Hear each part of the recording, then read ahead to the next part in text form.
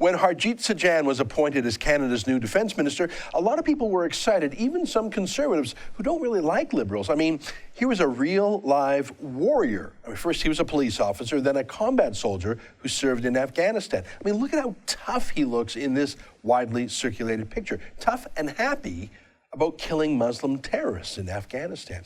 Obviously, fellow Sikhs were especially proud of his appointment. Sikhism is a warrior religion, the Khalsa, built that way in response to their persecution at the hands of Muslims. Did you know that? The more I learn about Sikhism, the more I respect them, and I'm grateful that they're on our side in the battle of civilizations. All Canadians were proud to have a soldier, a recent Afghan vet, rise to the top of our military, and I say that as a conservative. But since then, it's been anticlimactic. I mean, even before Sajjan was formally sworn in as defense minister, his boss, Justin Trudeau, told Barack Obama that Canada was going to quit the coalition and pull out our military contribution to the mission against the Islamic State terrorists.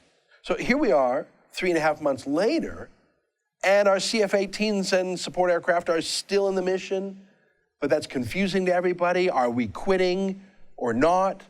If so, what's the rationale? If so, why haven't we left yet? If not, why don't we just confirm our plans and stop playing around? It's so confusing.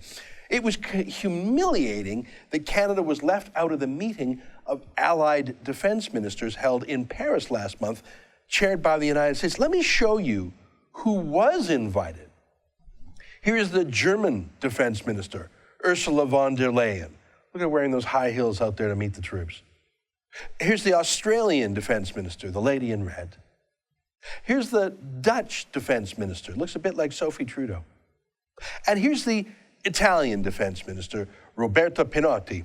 She's a longtime communist, you'll be shocked to hear. So basically, Obama's defense minister and the ladies from The View were getting together to talk about terrorism, but our guy, 11 years a street cop, including on the anti-gang squad, our guy, a soldier who made 4 overseas tours of duty, including 3 in Afghanistan, our guy's not there? Why? How? Well, because our guy is not his own boss. Our guy answers to an effete metrosexual who talks like this. It's great that you're engaged and modeling to your daughter that you want her empowered and everything, but you need to take as much effort to talk to your sons, my 8-year-old boy and my 2-year-old, still a little young still, about how he treats women and how he is going to be grown up to be a feminist just like Dad. And by the way, we shouldn't be afraid of the word feminist. Men and women should use it to describe themselves anytime they want. Yeah, by the way, that's a lie. Justin Trudeau is not a feminist. What has he ever done for women other than act as if he's God's gift to them? Harjit Sajjan killed Taliban terrorists who were forcing Afghan girls to wear body bags, the Taliban who threw acid in schoolgirls' faces if they dared to go to school. Harjit Sajjan personally freed more women from tyranny, from slavery, from a real rape culture than Trudeau ever has or will or could. But Trudeau sure doesn't miss an opportunity to talk about himself with that head-bobbing drama teacher millennial style as if he was on a date there at Davos. And you know what my point is? Harjit Sajjan is surrounded by this. He's soaking in this liberal culture. He used to be a cop, then a soldier, working with both men and women, but the women were strong and the men were strong and they had to be. Now he works for a leader and a party in a city that mocks strength and service and sacrifice and loyalty. Why aren't we talking more about the kind of humanitarian aid that Canada can and must be engaged in, rather than, trying to whip out our CF-18s and show them how big they are? So Sajjan doesn't even fit in.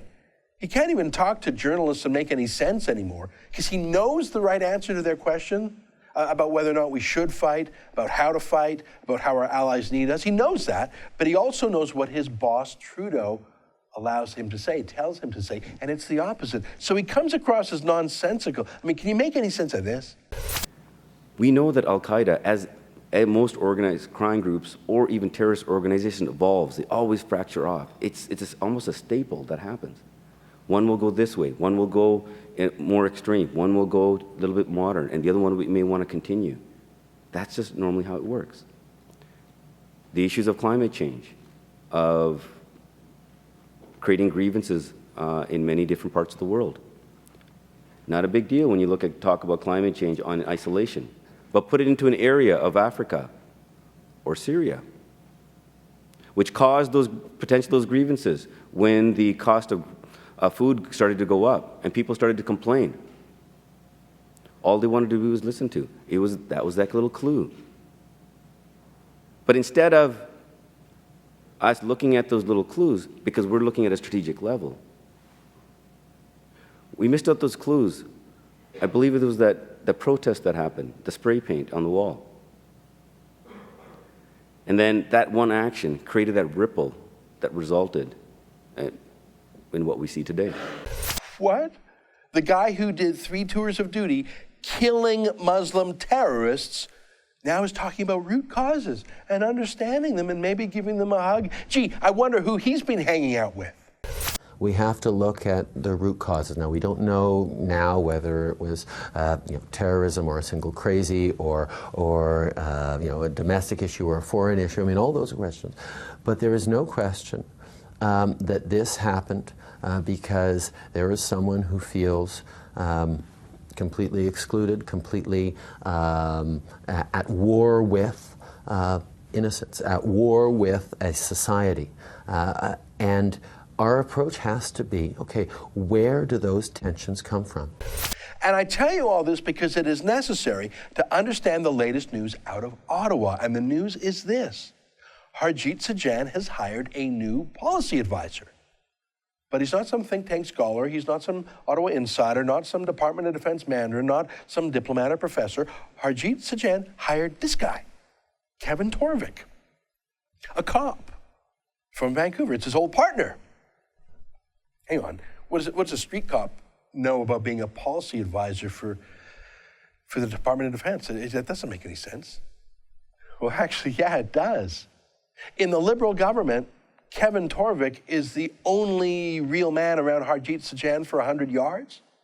He's the only one whose words have had to mean something, who used a weapon other than a selfie stick, who understands that sometimes you have to use controlled, thoughtful violence as a cop or as a soldier, not because you hate or want to destroy, but because you love and you want to save things. Kevin Torvik isn't going to give Harjit Sajjan any policy advice. Come on. He's there to be his only friend and confidant, the only one Sajjan can trust, to keep him sane, to stop him from becoming what the Liberals want him to become and want our Canadian armed forces to become too. For the Rebel.media, I'm Ezra Levant.